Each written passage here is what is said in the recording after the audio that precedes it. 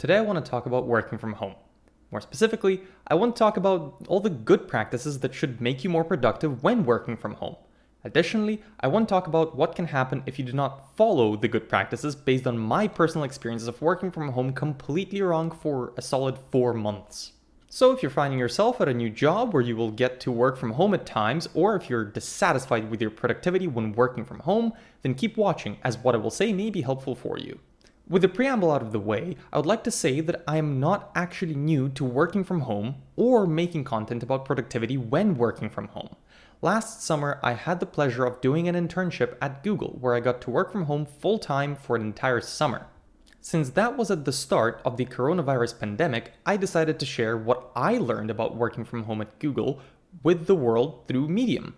The article held up quite well, but there is one thing that it missed. At the time of writing the article, I already had a decent setup and thus only had the experience of doing things the right way. However, after graduating, I moved to an entirely empty apartment, hence I was forced to do things wrong, very wrong, for a long period of time. And out of all of that, this video was born.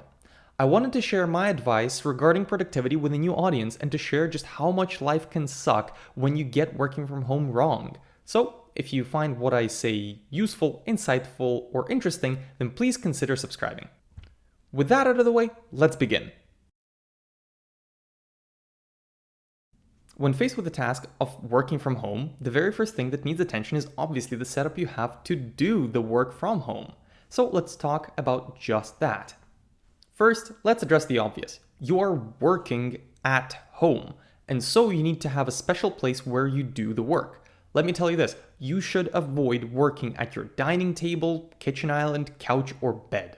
For the last two, the reason is more obvious than for the rest. It is impossible to have good ergonomics when you are slouched over on the couch or on the bed. The other problem with working at any of those places is due to the fact that you have zero separation between where you spend your own time and where you work. You may ask, how is that a problem? Well, it's a problem because over time you will find it more difficult to maintain concentration while at work as your brain does not want to think about work. But that will very quickly end up being the least of your problems, especially when you suddenly notice that you are still stressed and thinking about work when you're relaxing in the same place as where you do your work. In order to maintain good productivity, you must avoid the feeling of living at work at any cost. So if you have a spare room, den, or even a corner of the living room, set that place up with a good chair, a desk, an extra monitor, and only work there. Do not spend your free time watching YouTube at your workspace. Move over to the couch, dining table, or wherever else. Just stay away from your workspace. However, what if you do not have any space, or if you like to play video games on your PC at the same desk? What do you do then? Well, these problems do have a solution. First, if you're a PC gamer, then consider getting a second keyboard. Keep one for work and one for your personal time. You do not necessarily even have to get a fancy second keyboard. Just try to make sure it's quite different. It is surprising how effective that was for me, and it might work for you as well. If you live in a tiny studio apartment or in a large house with loads of roommates, then what you need to do is to make sure that you can take advantage of the out of sight, out of mind trick. I will assume one thing, you still have space for a desk of some sort. So, in order to keep your sanity and stave off the feeling of living at work, put your work laptop away immediately after work, either on top of a bookshelf, into a drawer, or even in a backpack. At the start of the workday, take it out. This helps immensely and was quite an important thing for me to maintain productivity levels during my internship. Next, let's talk about another important aspect of the physical setup, limiting distractions. Distractions come in two forms. Noise from people just existing around you and people trying to grab your attention. If you live with roommates, a good idea is to have a sign on your door telling people that you are busy and not to bother you. Also, if you notice that you have trouble with checking your phone and social media, just put your phone in a different room or keep it wherever else, just not in your pocket or on your desk. For the problem with noise, if it's coming from humans that are reasonable, ask them to keep it down while you work. If that's not something that you can do, Or if the noise is from, say, a construction site across the road like it is for me, I would strongly suggest investing in some active noise cancelling headphones like the Bose NC700 or the Sony WH-1000 XM4s. I personally have these Bose headphones, and I cannot imagine working without them.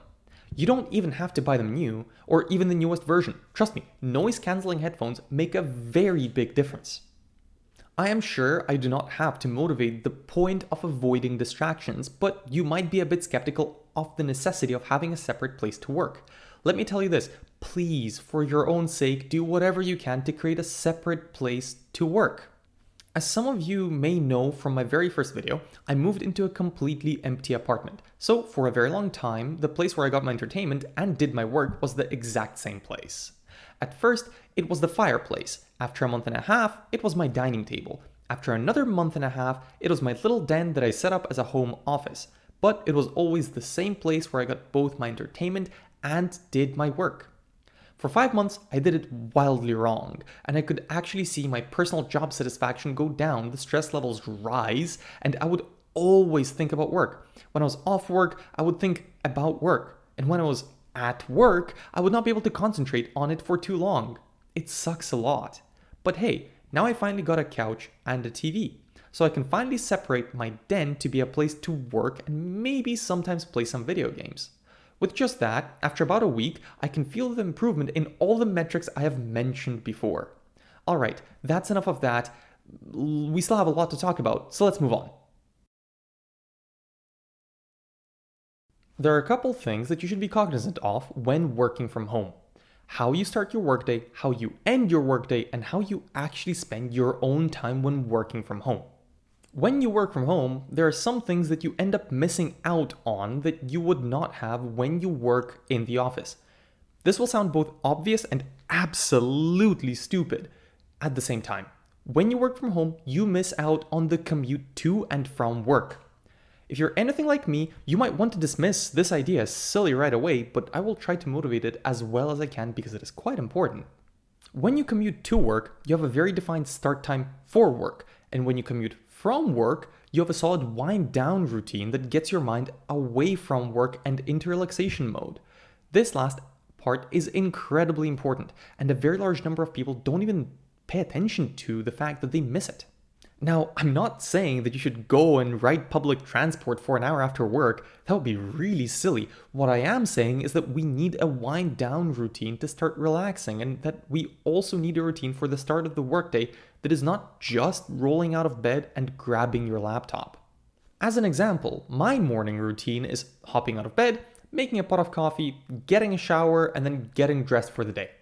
The time spent in the shower gets me in the mood for the workday and wakes me up. Additionally, lately I started going on the same walk around where I live every day right after work as a way to clear my mind from work. I only started this about 3 weeks ago, and I did not realize how important this was. Back when I was interning last summer, I would immediately go and chat with my roommates after work for a solid hour. I only realized recently that that was my commute back then, and so I created a new one now. Now, let's quickly talk about spending time at work. I have noticed both from myself and from talking to some coworkers, a lot of people seem to overwork themselves when working from home.